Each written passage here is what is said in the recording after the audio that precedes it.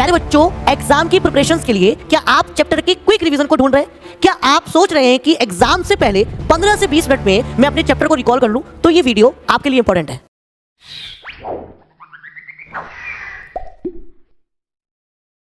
Hello students, Jai Hind. This is Rajat Prabhakar, welcome to कक्षा की classes. प्यारे बच्चों, आज के इस लेक्चर में हम एनसीईआरटी का पहला चैप्टर 15 से 20 मिनट में उड़ाने वाले हैं। इस चैप्टर में बहुत कुछ था बेटा, लेकिन वो एलिमिनेट हो गया है और अब बहुत छोटा सा पोर्शन रह गया है। तो फटाफट देखते हैं। सबसे पहले हम इसका इंट्रोडक्शन देखते हैं। देखिए, इंट्रोडक्शंस में हम बेसिकली यहाँ पर कुछ क्लास 9th में कॉन्सेप्ट छोड़कर आए हैं, हम उनको सीखने वाले हैं।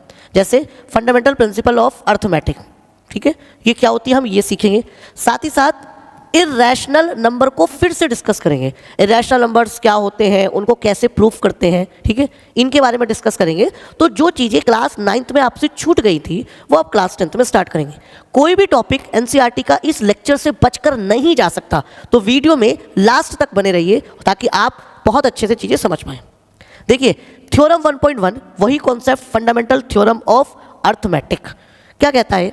कोई भी number, any number, think any number, I think आपने कुछ भी नंबर सोच लिया होगा, उस नंबर को प्रोडक्ट ऑफ इट्स प्राइम में तोड़ा जा सकता है। कहने का मतलब यह है, कोई भी नंबर, कुछ भी नंबर दिया गया हो, वो प्राइम नंबर से ही मिलकर बना है। प्राइम नंबर तो प्राइम नंबर से बना ही है, लेकिन कंपोजिट नंबर जो प्राइम नंबर से मिलकर नहीं बने होते हैं, ऐसा अगर आप सोचते हैं तो गलत है। देखिए, कंपोजिट नंबर है, इसको भी आप 2 2 जा 4, 4 5 जा 20, ध्यान से देखिए, 2 भी प्राइम नंबर, 2 भी प्राइम नंबर, 5 भी प्राइम नंबर। यानी कि दुनिया में जितने भी रियल नंबर्स हैं सबको उसके प्राइम फैक्टर्स में तोड़ा जा सकता है। क्लियर हो गई बात? अंडरस्टूड है कि नहीं है? ठीक है, तो वो भी कौन से नंबर की बात कर रहा हूँ मैं? दुनिया में कितने नंबर है? रैशनल नंबर की बात कर रहा हूँ मैं बेटा, ठीक है। जितने भी रैशनल नंबर्स हैं सबको प्रोडक्ट ऑफ इट्स प्राइम में तोड़ा जा सकता है, ये थ्योरम 1.1 कहती है, ठीक है। और इसमें देखिए, सिंपल सा question, express each number as a product of its prime. तो आपको इसको प्रोडक्ट इट्स प्राइम में चेंज करना है, 1250 को, तो लेट्स चेंज इट। देखिए, इवन नंबर है, 2 से कट कर देंगे, 2 6 जा 12, 2 2 जा 4, 2 5 जा 10, 2 3 जा 6, 2 1 जा 2, 2 से तो नहीं कटेगा, हम यही गलती कर देते हैं हर बार। ये 5 से कटेगा, 5 1 5, 5 2 10, 5 5 जा 25, देन 5 2 जा 10, 5 5 जा 25, फिर ये 5 से डिविजिबल हो जाएगा, 5 5 जा 25, देन 5 1 जा 5। तो यानी कि 1250 के प्राइम फैक्टर्स क्या क्या आ गए बेटा, जल्दी देखो, 2 into 5 into 5 into 5 into 5। Done? समझ में आ गई बात? ऐसे आप 3825 को तोड़ लो, ठीक है। तो 3825 को जब हम इसको तोड़ेंगे तो देखिए क्या आएगा, ये 5 से डिविजिबल हो जाएगा, ये भी, ठीक है, ध्यान से देखिए, ये भी 5 से डिविजिबल होगा। तो देखिए, 5 7 35, 3 32 हो गया, और 5 6 30, 5 5 25, फिर 5 से कट करो, 5 1 5, और 26 हो गया, 5 5 25, 5 3 15। देखो, 3 से डिविजिबल हो जाएगा, 3 5 15, 3 1 जा 3, फिर 3 से हो जाएगा, 3 1 जा 3, 3 7 जा 21, और फिर आ गया 17 1 जा 17। तो आपने देखा, कोई भी नंबर हो हम उसको प्रोडक्ट ऑफ इट्स प्राइम में तोड़ सकते हैं। ये इसके प्राइम फैक्टर्स आ गए। ये आपने क्लास 7 से 6 से ही पढ़ना सीख लिया था, ठीक है। तो आई होप आपको ये समझ में आया होगा, बट ये एक थ्योरम्स थी जिसको हमें सीखना था। देखिए, क्वेश्चन यहाँ पर दिया गया है, कंसिडर द नंबर 12 की पावर n। ये 12 की पावर n है, where n is a natural number. n कोई भी नेचुरल नंबर हो सकता है, नेचुरल नंबर यानी कि स्टार्टिंग फ्रॉम 1 टू इनफाइनाइट, ठीक है। Check whether there is any value of n, n की कोई भी वैल्यू के लिए फॉर विच 12 की power n ends with the digit 0। क्या ये n की किसी वैल्यू के लिए जब हम इसको फैक्टराइज करें तो क्या एंड डिजिट 0 आ सकती है? बताओ, जब हम इसकी पावर में सॉल्व करेंगे तो क्या एंड डिजिट 0 आ सकती है? सोचो। आपको शायद कंफ्यूजिंग लग रहा होगा कि n की सर वैल्यू 1 लेकर देख लूँ, 2 लेकर देख लूँ, ऐसा बिल्कुल नहीं सोचना है।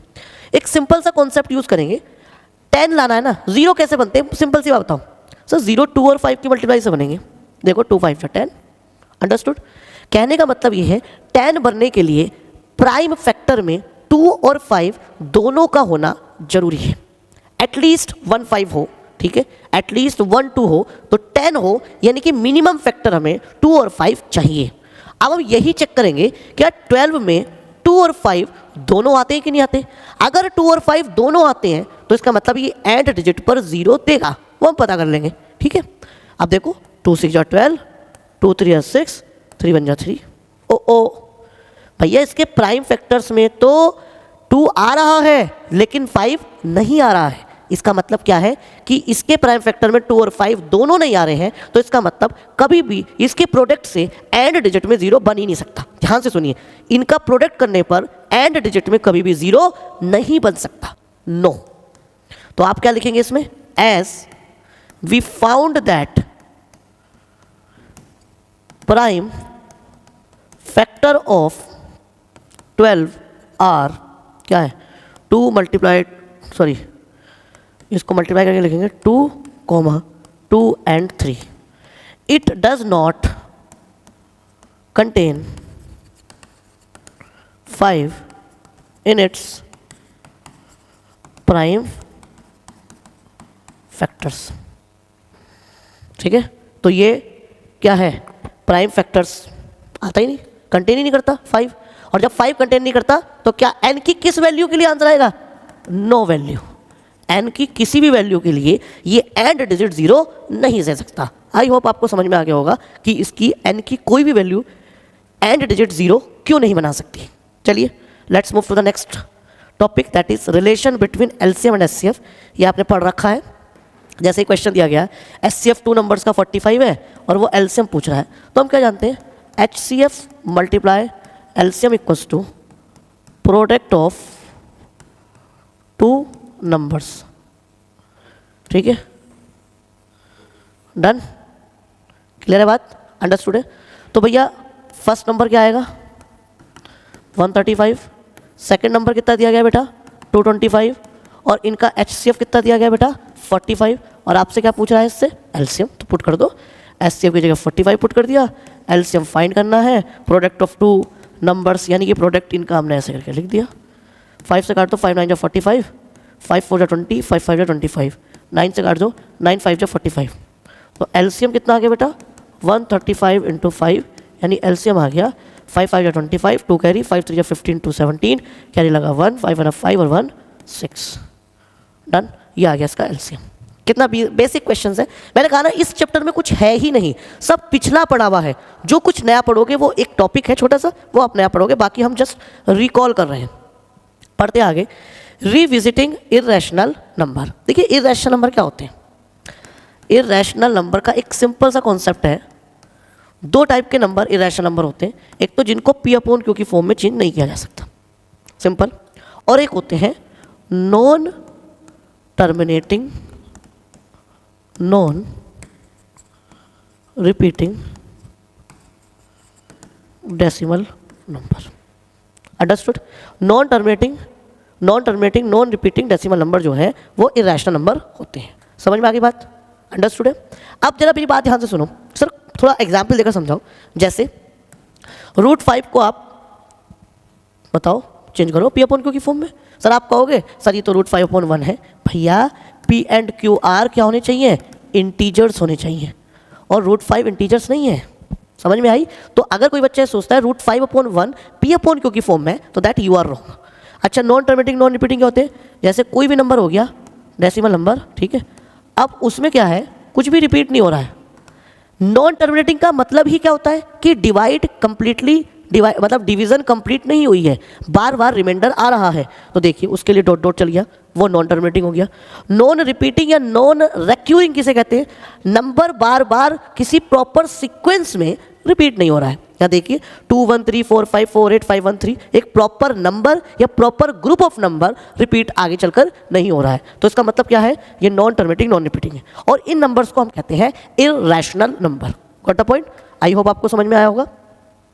अब इसमें एक थ्योरम 1.2 दी गई है, वो कह रहा है, कोई थ्योरम ये कह रही है कि let p be prime number.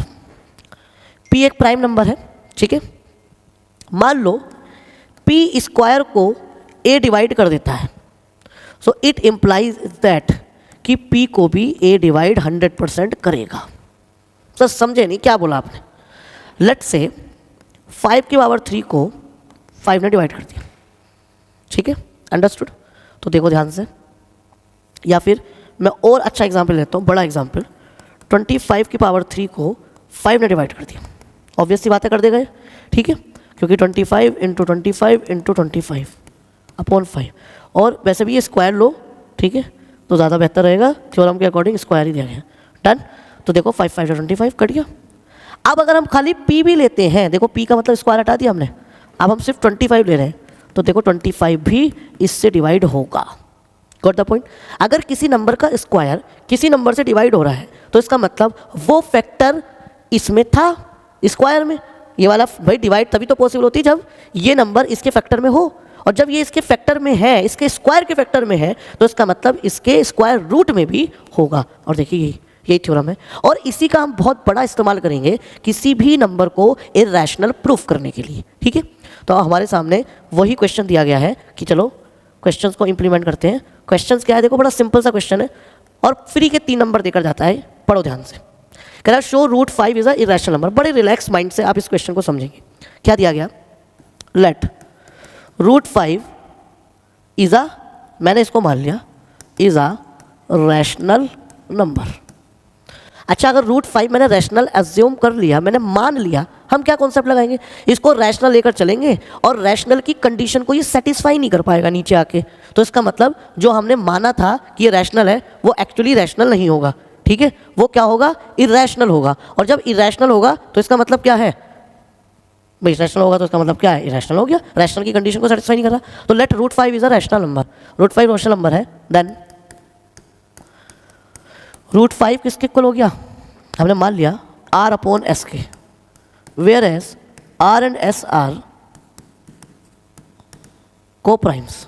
अब ध्यान से समझो, रूट 5 अगर रैशनल नंबर है तो ऑब्वियस सी बात है इसको मैं p अपॉन क्यू की फॉर्म में लिख सकता हूँ कि नहीं लिख सकता हूँ, लिख दिया। अब ये p अपॉन क्यू की फॉर्म में जो नंबर है वो कोप्राइम लिए हैं। कोप्राइम का नंबर्स का मतलब क्या है कि इनके बीच में कोई भी कॉमन फैक्टर नहीं है। सर समझ नहीं आया, ठीक है, एक स्टेप बढ़ जाएगा, ठीक है। तो देखो जरा, let whereas r and s are integers. अब तो ठीक है, मैंने इंटीजर्स ले लिया। अब एक बताओ, अगर p और q में कोई कॉमन फैक्टर है, ये इंटीजर है, अगर ये लोएस्ट फॉर्म में चेंज हो सकते हैं तो हम इसको चेंज कर देते हैं।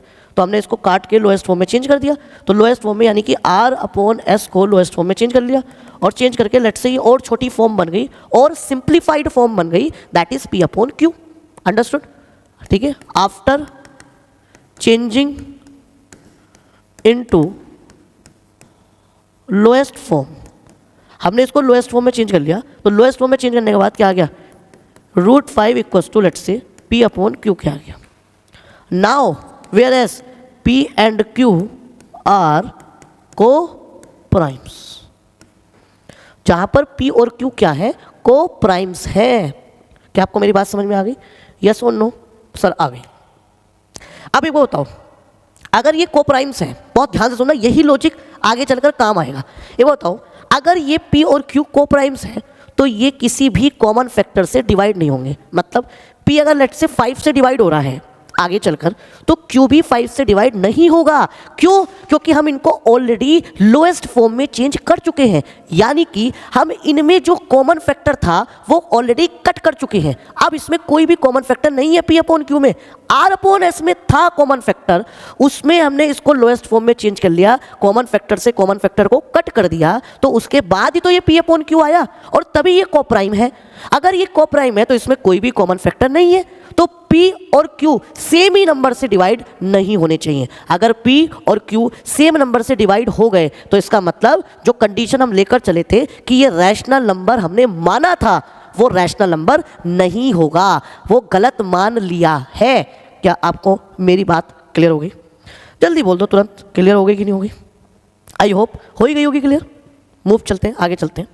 Now root 5 q equals to p, तो यानी कितना आ गया, 5q square equals to p square, तो यानी कि it implies that q square equals to p square upon 5। ओ यहाँ पे क्या लिखेंगे, 5 divides p square, thus 5 also divide p। कौन सी थ्योरम से? ये थ्योरम पढ़ी थी अभी। स्क्वायर अगर किसी नंबर से डिवाइड हो रहा है तो इसका मतलब उसका स्क्वायर रूट भी डिवाइड होगा कि नहीं होगा? तो भैया अगर p स्क्वायर 5 से डिवाइड हो रहा है तो उसका मतलब क्या है कि 5 जो है p को भी डिवाइड करेगा। चलो भैया p 5 से डिवाइड हो गया, अंडरस्टूड है।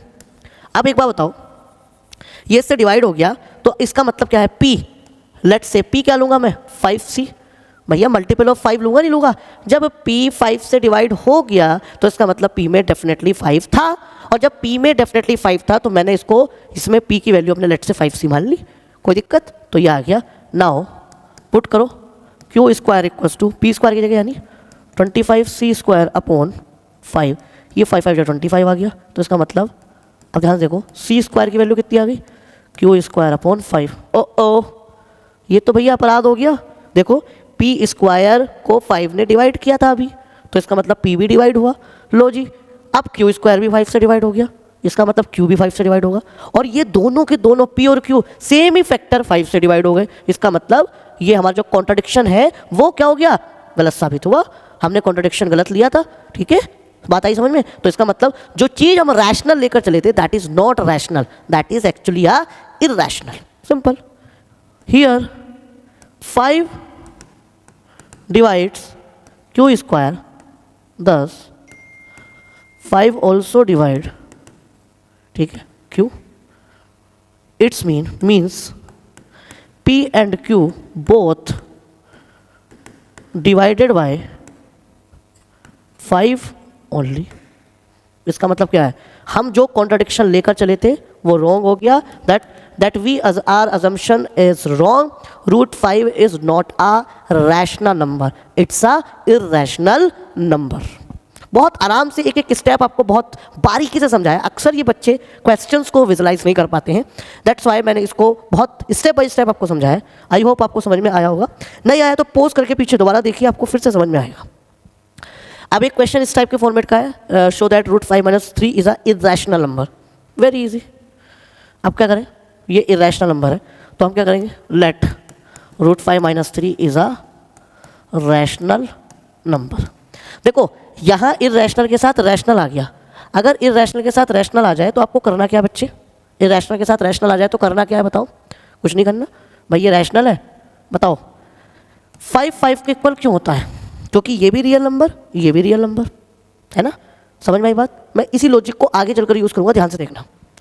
तो ये रैशनल नंबर है, then √5 - 3 equals to P upon Q, ठीक है, where P and Q are integers. ठीक है, बात आई समझ में? √5 - 3 equals to P upon Q, जहाँ पर P और Q क्या हो गए, इंटीजर्स हो गए। Got the point? अंडरस्टूड? तो ये आ गया √5 equals to P upon Q plus 3। LCM लिया कितना आ गया, √5 equals to 3Q plus P upon Q, ये आ गया। अच्छा बताओ, P अपॉन Q को हम इंटीजर लेकर चले हैं, यानी कि ये रैशनल नंबर था, और 3 भी क्या होता है हम जानते हैं, रैशनल नंबर। तो इसका मतलब ये पूरा का पूरा क्या हो गया, ठीक है, रैशनल हो गया। ठीक है, अरे है कि नहीं है? Here 3Q plus P upon Q is a rational number. 10 इसका मतलब √5 is also a rational number. लीजिए भैया, एक बताओ, रियल नंबर के इक्वल होता है, तो इसका मतलब अगर ये रैशनल तो √5 भी रैशनल। यस और नो? अंडरस्टूड? क्लियर है बात? तो भैया ठीक है, इसका मतलब √5 रैशनल हो गया। बट हम जानते हैं √5 is not a rational number, वो इरैशनल होता है। सर ये बात हमें कैसे पता है? ये बात हमें ऐसे पता है क्योंकि √2 जो नंबर रूट में रह जाते हैं और उनके और प्राइम फैक्टर्स नहीं हो पाते हैं तो वो इरैशनल होते हैं। सर हमने यहाँ पर √5 तो प्रूफ कराया नहीं, कोई बात नहीं, √5 प्रूफ नहीं किया है हमने, लेकिन हम इसको √5 को जानते हैं कि वो इरैशनल होता है। You got the point? So here but we know √5 is a what? irrational number। लेकिन हम क्या जानते हैं, √5 क्या होता है, एक irrational नंबर होता है। thus it is contradict that our assumption is wrong। हमारा assumption wrong है, ये rational नहीं होगा। √5 में से अगर 3 माइनस करोगे तो वो भी irrational होगा। Got the point? I hope आपको समझ में आया होगा। एक क्वेश्चंस मैंने आपको इंटीजर से कोप्राइम में चेंज करवाया, कोप्राइम से सेम नंबर से P और Q डिवाइड नहीं हो सकते थे क्योंकि P और Q कोप्राइम्स थे, उनके कॉमन फैक्टर्स ऑलरेडी डिवाइड कर दिए थे। उस वजह से पिछला वाला क्वेश्चंस इरेशनल प्रूफ हुआ। इस क्वेश्चन में हमने बेसिक लॉजिक लगाया कि अगर 5 5 के इक्वल है तो इसका मतलब 5 भी रियल नंबर होगा और ये वाला 5 भी रियल नंबर होगा, यानी कि रैशनल नंबर इरेशनल नंबर के इक्वल नहीं होता है। हमने इसमें ये लॉजिक लगाया। आई होप आपको ये पूरा का पूरा चैप्टर बहुत अच्छे से और बारीकी से समझ में आया होगा। ऐसी और मज़ेदार और इन्फॉर्मेटिव वीडियोस के लिए जुड़े रहिए हमारे यूट्यूब चैनल कक्षा केंद्र के साथ। साथ ही साथ अगर कुछ भी नया आपने इस वीडियो से सीखा है तो आप अभी कमेंट कीजिए ताकि हमें मोटिवेशंस मिलती रहे। जय हिंद।